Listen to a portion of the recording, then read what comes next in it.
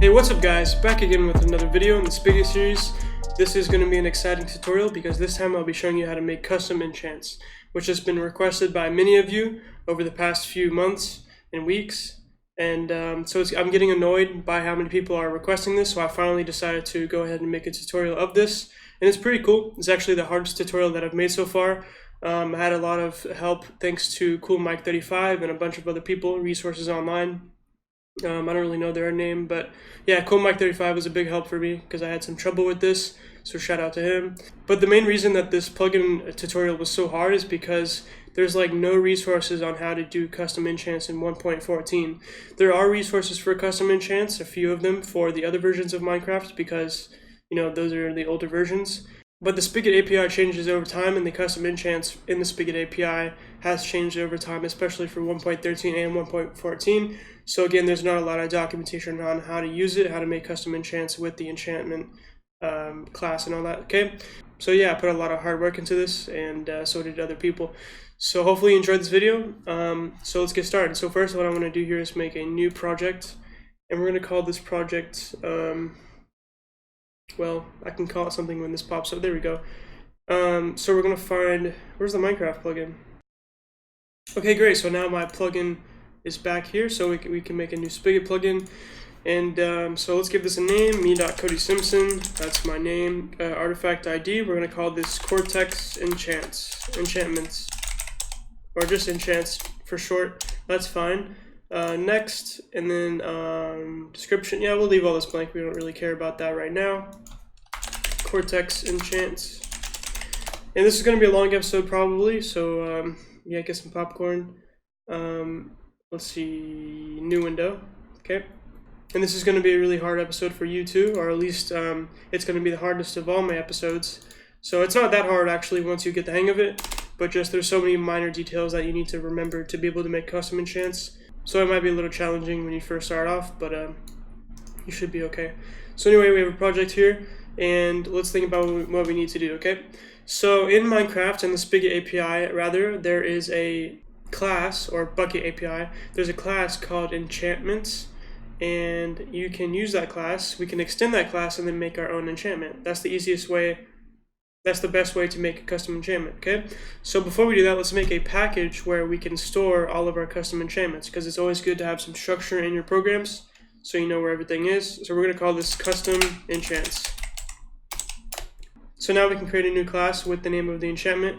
So let's name our enchantment something like, okay, glow enchantment, okay? Because we're going to make an enchantment that if a person is wearing a piece of armor with this enchantment on it, and they hit an object, or they hit an animal, it's going to make that animal glow basically, okay? So it's just a simple example enchantment that we can make. So that should be that. There we go. So now we have our glow enchantment. So like I said, we need to extends enchantment from org.bucket.enchantments. There we go. So now we have a little bit of a problem, right? It's a red because it says class glow enchantment must either be declared abstract or implement abstract method get name enchantment. And there's actually more methods than get name. There's a bunch of different methods within the enchantment class that we need to implement inside of here because we're extending this class. So to get this class to work, you know, with this class, we basically have to get the methods from this class and put it in this class. That's just the noob way of explaining it, but hopefully that makes sense. So the easiest way, instead of having to type all these methods out, we can just go down here and do Alt-Shift-Enter, or we can just press this, and now it's going to add all these different methods for us. And these are all the different methods that we need to have in our little class here for this to work, okay? Okay, there we go. So now we have all these different methods here. And so now we can start changing some of the information. So if you do Control Q, if you're curious, we can see what each of these methods does. So this get name method, it says gets the unique name of this enchantment. Okay, cool, we can do that. So whenever someone does get name on this enchantment, we want it to have the name of the enchantment. So we'll call this glow, because this is the glow enchantment, right? That's kind of cool. And then we have the get max level. So this is going to be the highest level that this enchantment could be, because of course in normal Minecraft you have different you know, like enchantment levels. So for example, you have power 1.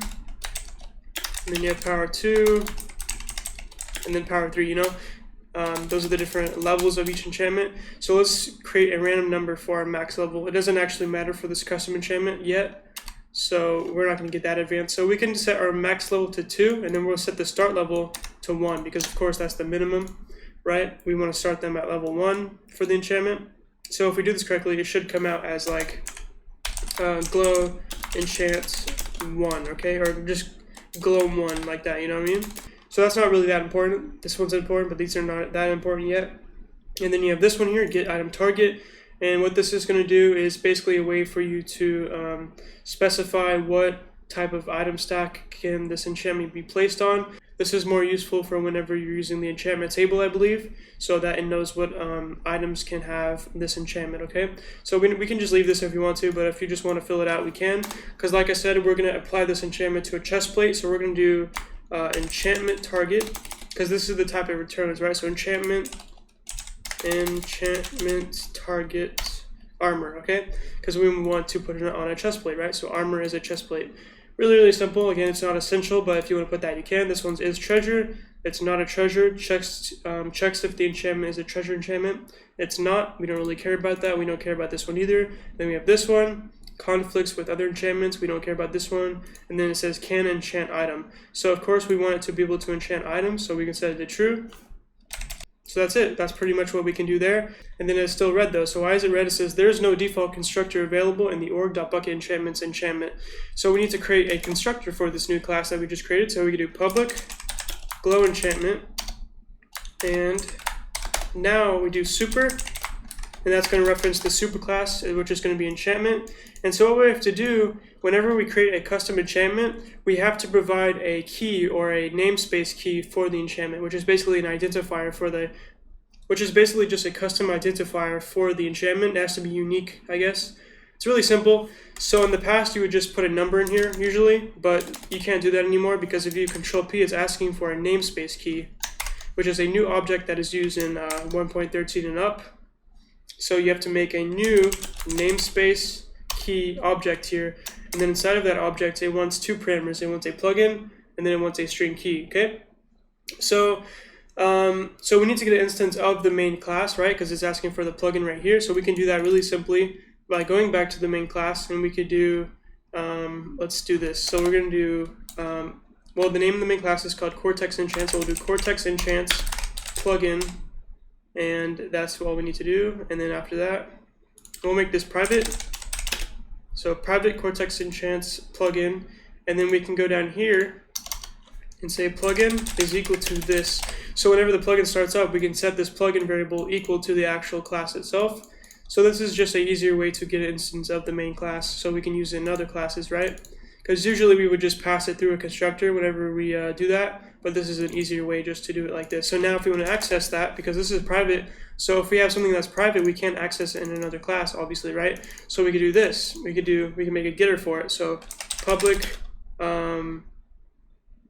Cortex Enchants get plugin, and then we could do return plugin. So it's going to return an instance of that plugin, okay? Of the plugin class. So we can go back here now and just pass in custom enchants. Oh, we can't use it yet because it's not a static method. So if we want to be able to use it without having to make a new object of this main class here, we have to make this static. So this doesn't work because this also has to be static. And there we go, okay? So now that this is static, we can call upon this method in another class without having to make an object of the class that is inside of, okay? That's just simple Java right there. So now we could do custom enchants, or no, Cortex Enchants, sorry, there we go. So Cortex Enchants.get plugin, and so now we have got an instance of the plugin. So now we need one more parameter, which is going to be the string, the key. And like I said before, the string key is going to be a unique identifier for our enchantment here. It can't be equal to anything else. So we just put something random. It can be just glow, just like that, because the enchantment is the glow enchantment. So we'll just call it glow, which is basically the name. And I think it has to be in all lowercase. I might be wrong about that, but just for safety, just put it in lowercase, okay? No spaces either. You can't have spaces. So yeah, that's all we got to do. I know that's a little confusing, but basically we're just creating a constructor for this class here. So whenever we create the enchantment, it's going to ask for the instance of the main plugin, and then we're going to give it a unique identifier, okay? So that's all we got to do for this pretty much so far. So now let's get to the hard part. So we go back to our main class here, and the first thing we need to do is register this class, or register this enchantment, okay? So we can go ahead and create a register enchantment method here. So there's some really good examples here on this page here on the Spigot website that shows a couple of methods that you can use to be able to register your enchantment. Here's a really good one. So we could really just copy this and then go back here and then paste it, okay? So the way this, well, we need to import everything. So import, and there we go. So now that's imported.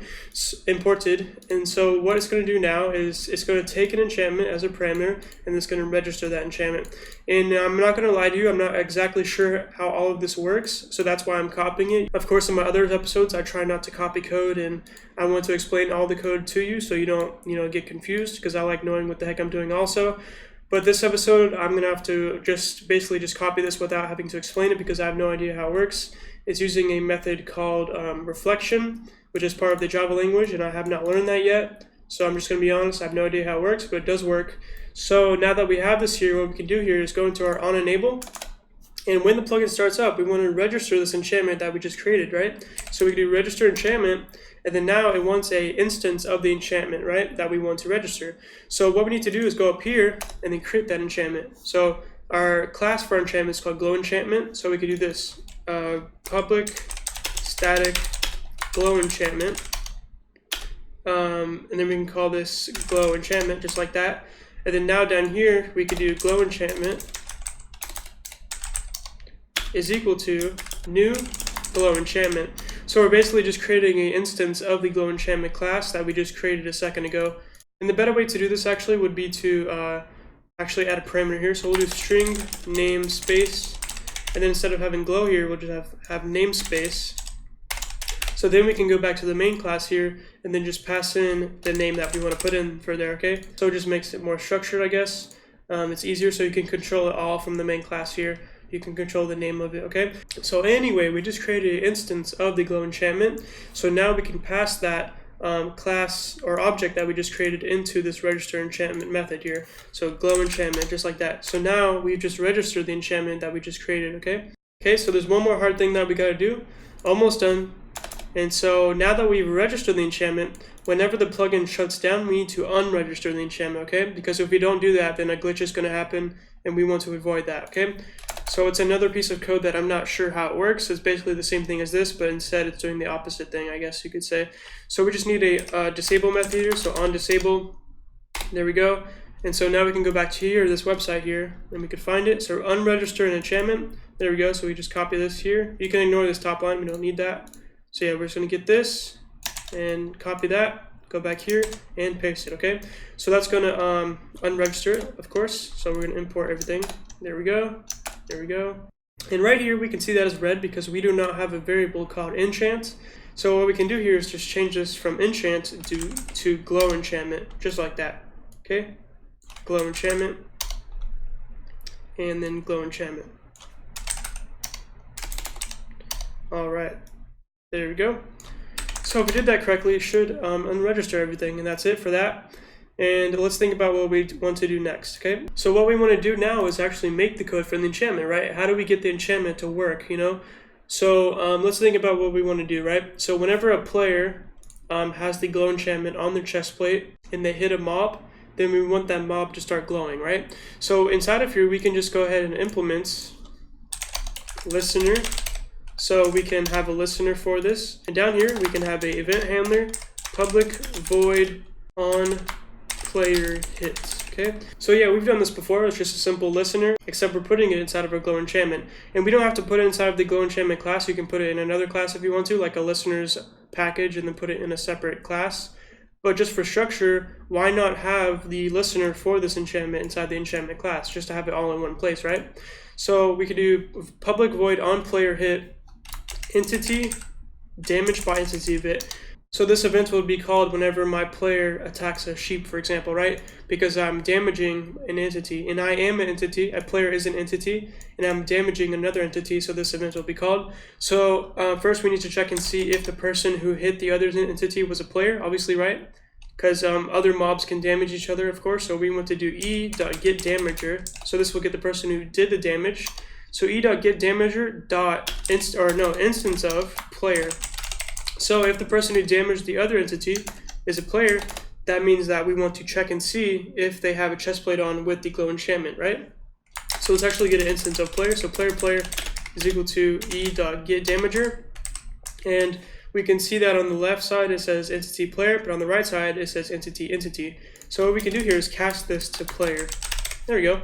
And so the reason we're making an instance of player, by the way, is because we know that it's a player now. So might as well just make an instance of the player so we can access it easier instead of having to do e.getDamager every single time. Okay, so anyway, like I said, we need to check and see if the player is wearing a chestplate with the enchantment. So let's think about how we want to do this. Okay, so we'll have an if statement here. So we'll do player dot, and let's think about how we need to get the chestplate the player is wearing. So if you want to get the armor that the player is wearing, we could do get equipment, and then we could do dot get chestplate, perfect. And now we could do dot, and now we could do get enchantments, but that for some reason does not work with the thing that we're doing here. I tried it earlier. That's what CoolMac35 helped me with, but it doesn't work. So we got to do get enchantments. So that's going to return a map of all the enchantments on the item, and then we could do dot contains key, and the key is going to represent a single enchantment because that's how maps work. So one key object is basically going to be enchantment, so we can check and see if the enchantment that we're about to put in here exists inside the enchantments that represents the enchantments for the chestplate.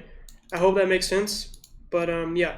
So anyway, we could do contains key, and then we could do enchantment dot get by key. So this allows us to get an enchantment by its namespace that we specified. So if you want to get the key of the enchantment, we could simply do cortex enchants dot glow enchantment dot get key. So we're getting the key from the enchantment that we created in the main class. And the reason we can call the glow enchantment variable or object just like that is because it's static. So static again means that we can call it from any class pretty much as long as it's public.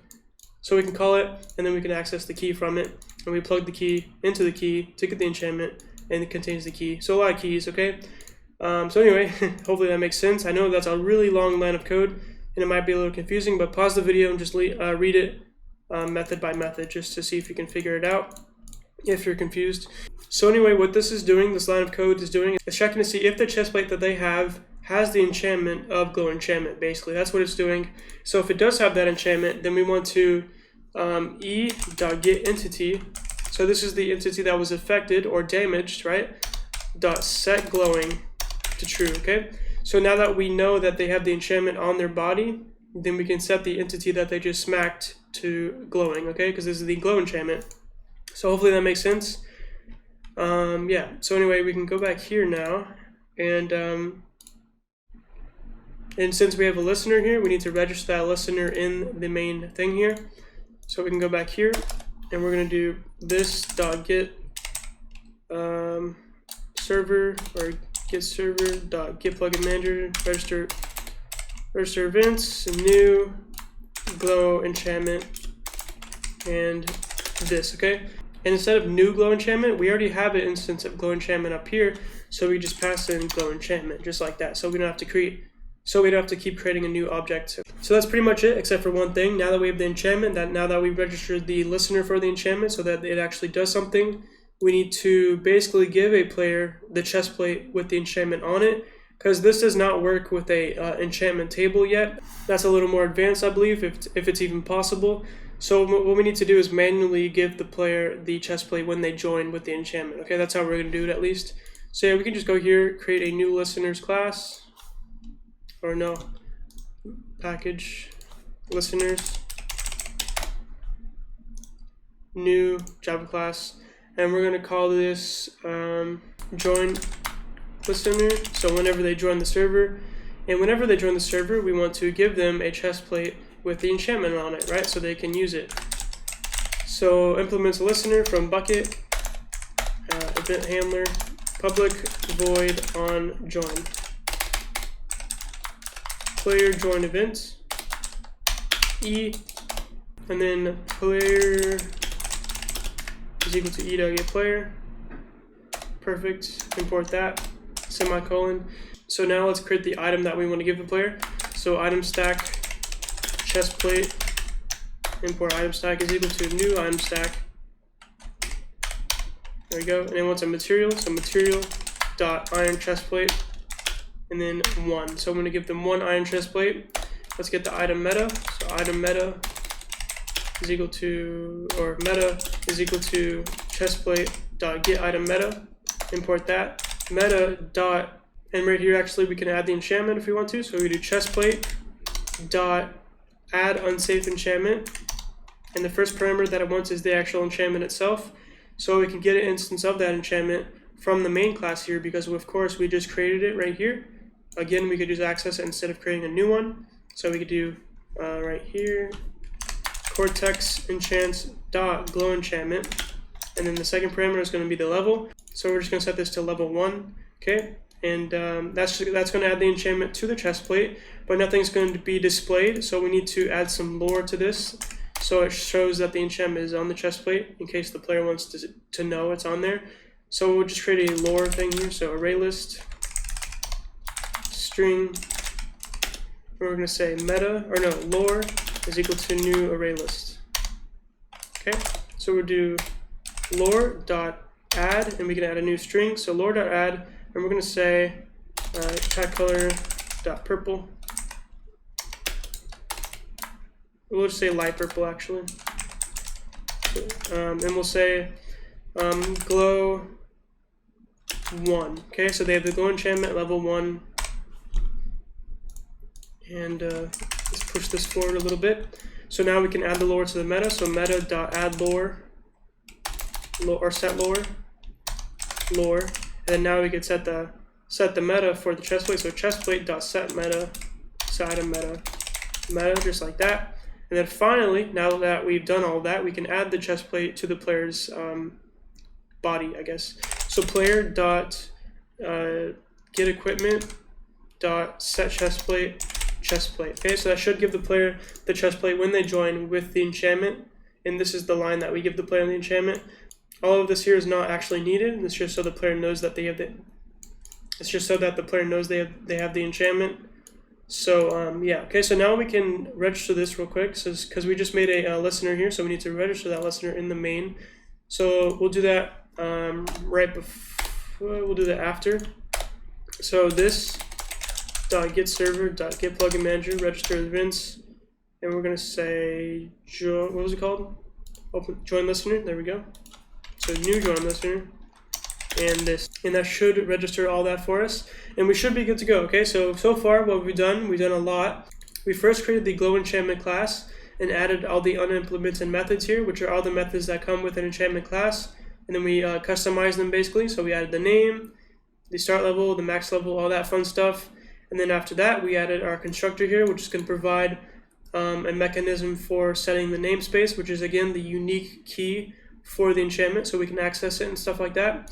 And then after that, we set the listener for the enchantment. So this is called whenever a player hits another entity, and it's going to check and see if they have a chestplate on their body with the enchantment. And if they have the enchantment on the chestplate, then it's going to set the entity that they just smacked to glowing. So it's going to make the entity glow, okay?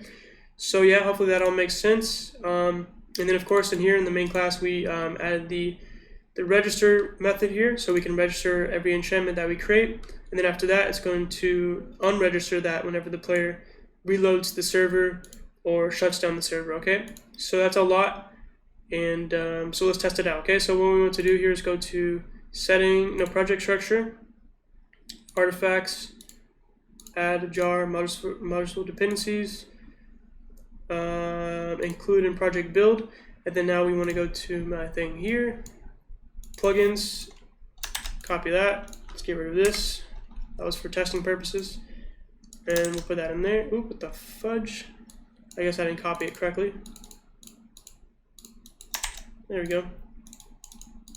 What the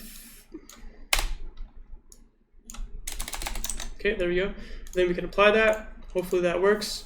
And we'll do build artifacts, build, and now it should load everything and then put it in the plugins folder if we did it correctly. And boom, there it is. So we can start up the server, and I'll see you on the server. Alright, so the plugin is done loading on the server, so we're going to join the server, and if it worked correctly, it should give us a chest plate. And did it? There we go. So yeah, it says it gives us a chest plate, and it says glow 1. So that already worked really well. So now we can test it out. Let's go hit something and it should start glowing. Wow, that was perfect. It worked as soon as we did it. For the first time, no errors. Awesome, right? So there we go. There's our first custom enchant that whenever you hit a object or a entity, it's going to make that entity glow. Pretty cool, right? Hopefully you like that. That was a lot of work we had to do, but it's worth it because this is pretty cool, really powerful if you start making some unique enchantments for your servers, for your plugins. Okay, so that whole process was a lot. We added a lot of different stuff, a lot of code, and we went through it pretty fast. So we're going to add one more enchantment so that we can get the repetition down so you know how to create an enchantment really well, okay? So let's go back here to our IntelliJ Cortex Enchants, and we're going to make a new enchantment so we can go into the custom enchants package. We're going to create a new Java class, and we're going to call this enchantment the hemorrhage enchant. Okay, pretty scary sounding. Hemorrhage enchant. And if you don't know what a hemorrhage is basically whenever you're bleeding really bad, I guess, especially from a head wound. If your head starts hemorrhaging, your brain is like bleeding out, I think. So yeah, we're going to make an enchantment that whenever you hit a entity or a player or a mob or something like that, then they will start slowly bleeding out until they die. So every 5 seconds, they're going to lose one half of a heart. Yeah, half of a heart, okay? So yeah, it's going to be pretty cool, pretty scary sounding. So we're going to make that. So we're going to do extends enchantment from org.buckets enchantments. And now what we want to do is implement all these methods here. So, okay. Let's give it a name. We're going to call this hemorrhage. There we go. Max level is going to be 2, 1, doesn't really matter, just setting that as a placeholder, I guess. Get item target. We want this to be on a weapon, so if they have a sword, then they can hemorrhage their target if the enchantment is on the sword. Okay, so enchantment target weapon. Okay, because the sword, of course, is a weapon, obviously. So not treasure, not cursed, doesn't conflict, and then we'll set this to true because a weapon is an item. I don't think these actually matter, but just to be safe again. And then now we need our constructor for this. So again, we could do public hemorrhage enchant, and then we're going to pass in a string namespace. Okay, and we're going to do super, and super is basically going to access the constructor for the super class, which is enchantment. So super, and inside of here we need to register the namespace. So namespace key. It wants a instance of the main class here. So cortex enchants dot get plugin, and then now it wants our key. So we'll do namespace, which will come from here. Okay, so that's it for that. So now we can go back to our main class here, and we need to make an instance of that. So public static hemorrhage enchantment, or I should probably rename this to enchantment, not enchant. Okay, so we can do this refactor rename, and this is a really powerful tool. It lets you rename stuff without having to mess up all your code. So refactor, and now it's going to change everything. So there we go. So now hemorrhage enchantment, and then we'll call this hemorrhage enchantment just like that. So now down here we'll do hemorrhage enchantment is equal to new hemorrhage enchantment, and then now we set the namespace. So we have to make it something unique, and we can just set the name of it if you want to. So usually you just put the name of the enchantment. So we're just going to call this hemorrhage. Hemorrhage. There we go. Hemorrhage. Hopefully I spelled that correctly. So now we need to register the enchantment. So register enchantment. Hemorrhage enchantment. There we go. And then after that, we need to let's add our listener for the enchantment. So we'll go back here, and we're going to create our listener. So implements listener. Cool. And we're going to create event handler public void on player hit and entity damage by entity. Of course, you can use other events with this, of course, but this is the one we're just going to use it again. That's just a coincidence. You can use any event whenever you're working with enchantments. Just depends on what the enchantment it is, obviously, right? So let's think about what we want to do, right? So we want to make it work that whenever a sword has this enchantment and they hit an entity, we want to make the entity slowly bleed out and die, okay? So again, we want to check and see if it's a player. So if e.getDamager gets player, what is it? oh, right, instance of player. There we go. So now we can create import that, by the way. So now we can create a player is equal to e.getDamager.getPlayer, okay? And that's going to automatically cast that for us. Pretty cool.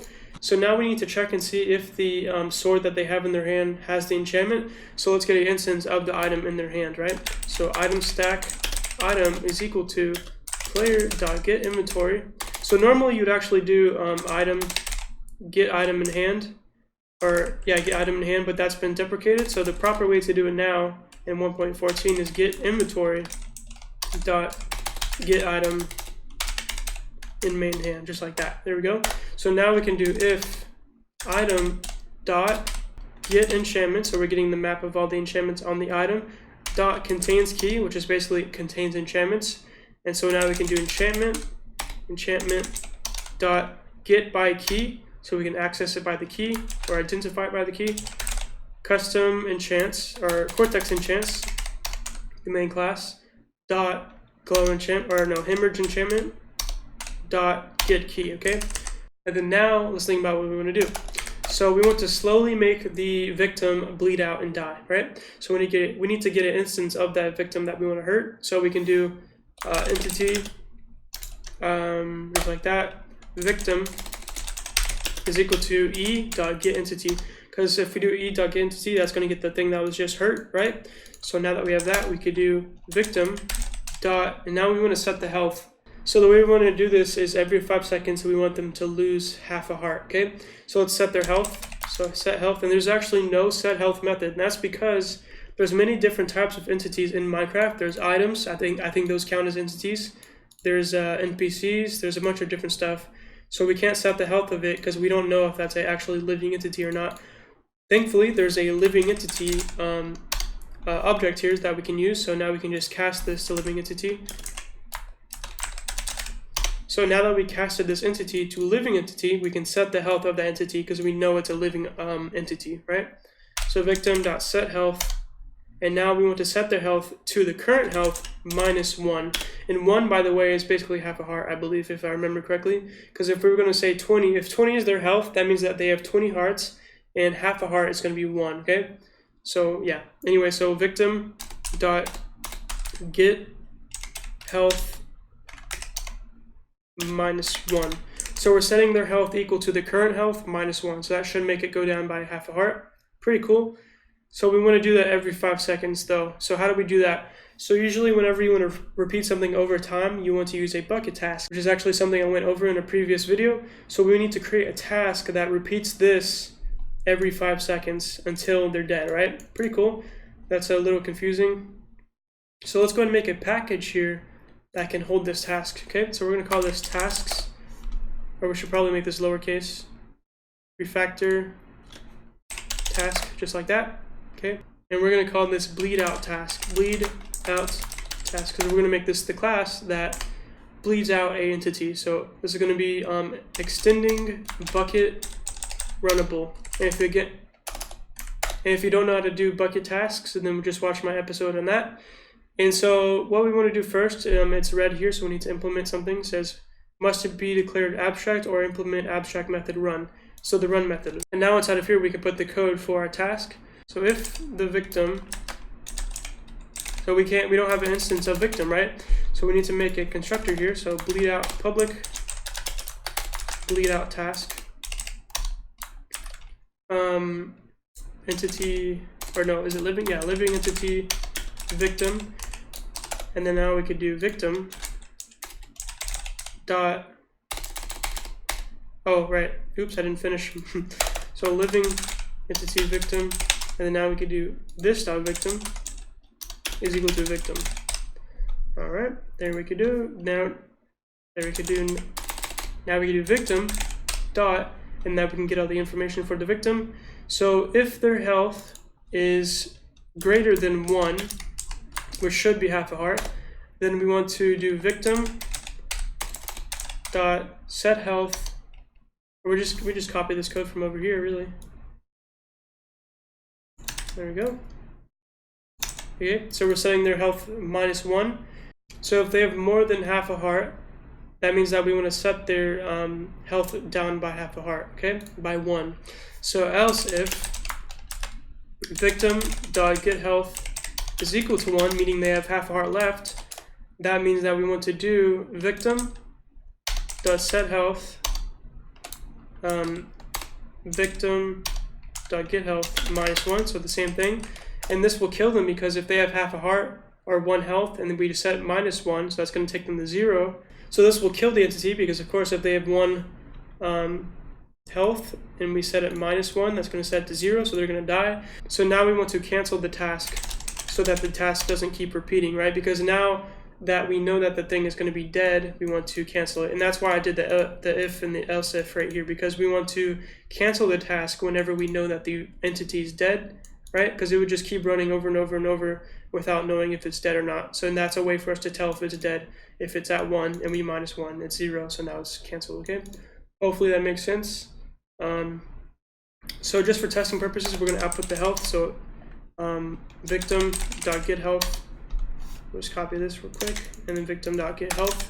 Okay, so that's our task. So now we can go back here and then schedule the task. Very nice. So first, let's actually send the player a message telling them that they just hemorrhaged their target. You know, they just used the enchantment on the player, or the entity, I mean. So player.send message, chat color dark red. You have just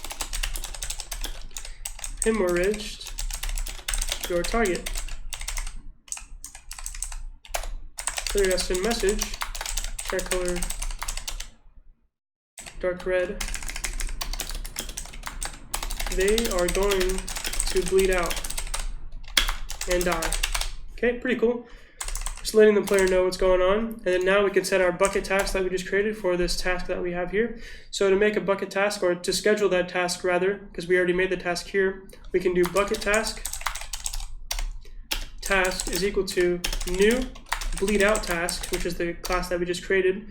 And then we need to pass in a victim as a parameter. So victim, right? So victim. And then we could do dot, and then we have all these different methods that we can use to schedule this task, right? So we want this task to repeat over and over and over until it cancels itself, right? It's going to cancel itself whenever the player dies or the entity dies. So now we want to do, so the best method for that will be run task timer, which allows us to repeat our task over and over. So we could do plugin, which is going to, so first it wants a instance of plugin. So we do cortex plugin or cortex enchants dot get plugin. Then now it wants a delay, which is how long you want to wait before you want to run this task for the first time. So we'll just put 0L, and this is going to be the period. And then now it wants the period, which is going to be the amount of time to wait before repeating it. So we want this to happen every 5 seconds. So we want to basically repeat this every 100 ticks, right? Because 1 tick or 1 second is equal to 20 ticks. So 5 seconds is equal to 100 ticks, right? So 100L, because it wants a long as a parameter, right? So yeah, hopefully that makes sense. And so now we just schedule that task. So whenever the player hits the entity and they have that enchantment, it's going to send the player this message here, and then they're going to start hemorrhaging and they're going to die eventually, and it should cancel itself basically whenever the thing dies. So yeah, that's a lot, but yeah, pretty cool, right? So now we can go back here to our main. And what else do we want to do? We want to register this list string that we just created here, and so we'll do that. So get server .get plugin manager register events hemorrhage enchantment. Okay, and we're pretty much done except for one thing. So we have a little bit of a problem here. If we go to our on disable, that's where we go ahead and unregister all of our enchantments, right? And currently we're unregistering the glow enchantment. We don't actually have a mechanism to unregister multiple enchantments at once. So what we want to do, so an easy way to get around that is to set all of our enchantments here into an array list, and then it's going to loop through all of the enchantments and then unregister all of them, okay? So that's a little complicated, but let me show you how to do it, okay? So right up here, we're going to make an array list to store multiple enchantments into one little object, so we can loop through them basically. So public static array list, and the array list is going to be filled with enchantments, right? And then we're going to do custom enchants. That's going to be the name of the array list. Enchantments is equal to, or enchant, that's fine, is equal to new array list, okay? So we're creating this array list here, and so now we want to add both of these to the array list. So we just do it right here if you want to. So custom enchants.add glow enchantment, and then custom enchants.add hemorrhage enchantment. Oops, wrong thing. Hemorrhage enchantment. There we go. So we're adding both of those enchantments to our array list. So now we can go down here and then cycle through that array list and unregister them one by one. Okay. So just cut this, Control X, and then make a for loop here. So for enchantment, and then custom enchant. So it's basically going to loop through the entire array list, and then for each object in the array list, it's going to create this temporary variable here, or object called enchantment. Then now we could paste this code here, and now we could replace it with enchantment. I know this is very advanced if you're a beginner in Java, but this is why you need to learn Java, so you can do more advanced stuff like this. So yeah, so in case you're really confused, that's why you need to watch the other episodes. Okay, so anyway, we could do the same thing for down here, because we're doing, so we need to do it down here also. So we could just cut this for enchantment, custom enchants. Now I put that in there, and we'll do enchantment. Oops. There we go. So that should unregister all of our enchantments that we add to the array list up here, okay? So make sure you add all the new enchantments that you create into one array list so that you can easily unregister them, okay? And don't worry, by the way, I'll have the link for all of this code for this whole episode in the description below, so you can copy all of this so you can use it whenever you make a custom enchant plugin, okay? Because I know this is very important. So yeah, just keep in mind, okay? Anyway, so that should be it. So now we can rebuild this and test out our new enchantment. Hopefully it works, right? So let's have this open, or actually it doesn't, yeah, let's have it open so we can reload. Okay, boom, that's done. So now we can go back here and we can test it out. We want to rejoin. Oh wait, no, we forgot something. We need to give our player the sword with the enchantment whenever they join, just like we did with the chest plate, right? So let's do that. So we can just get rid of this for now because we're done testing the glow enchantment. So we'll just do item stack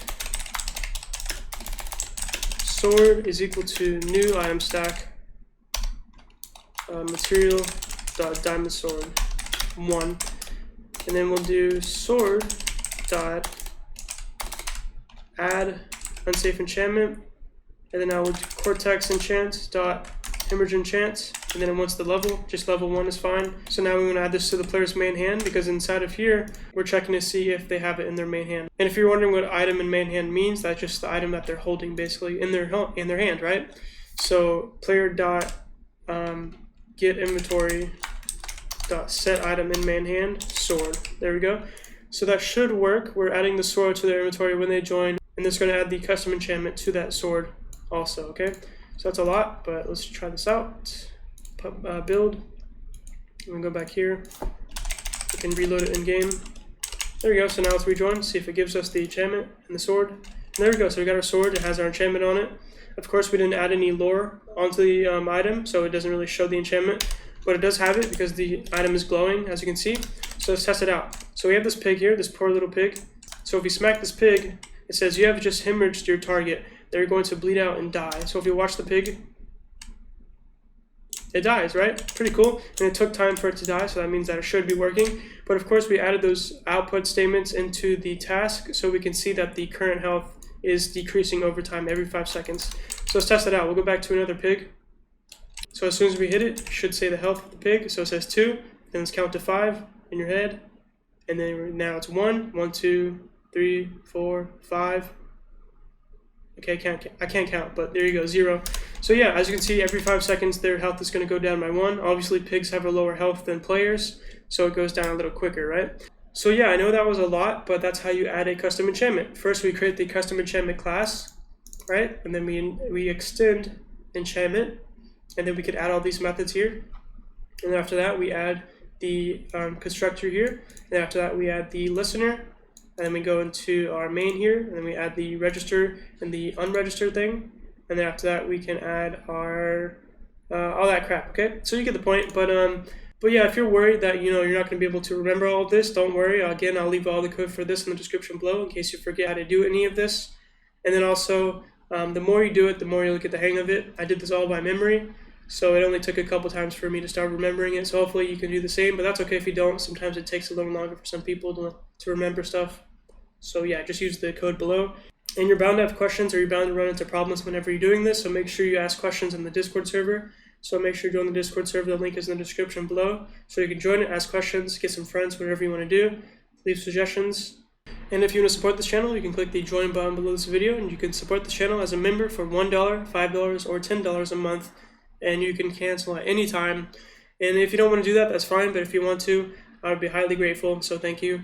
But that's it. So if you like this video, leave a like. If you want to see more, subscribe, and peace.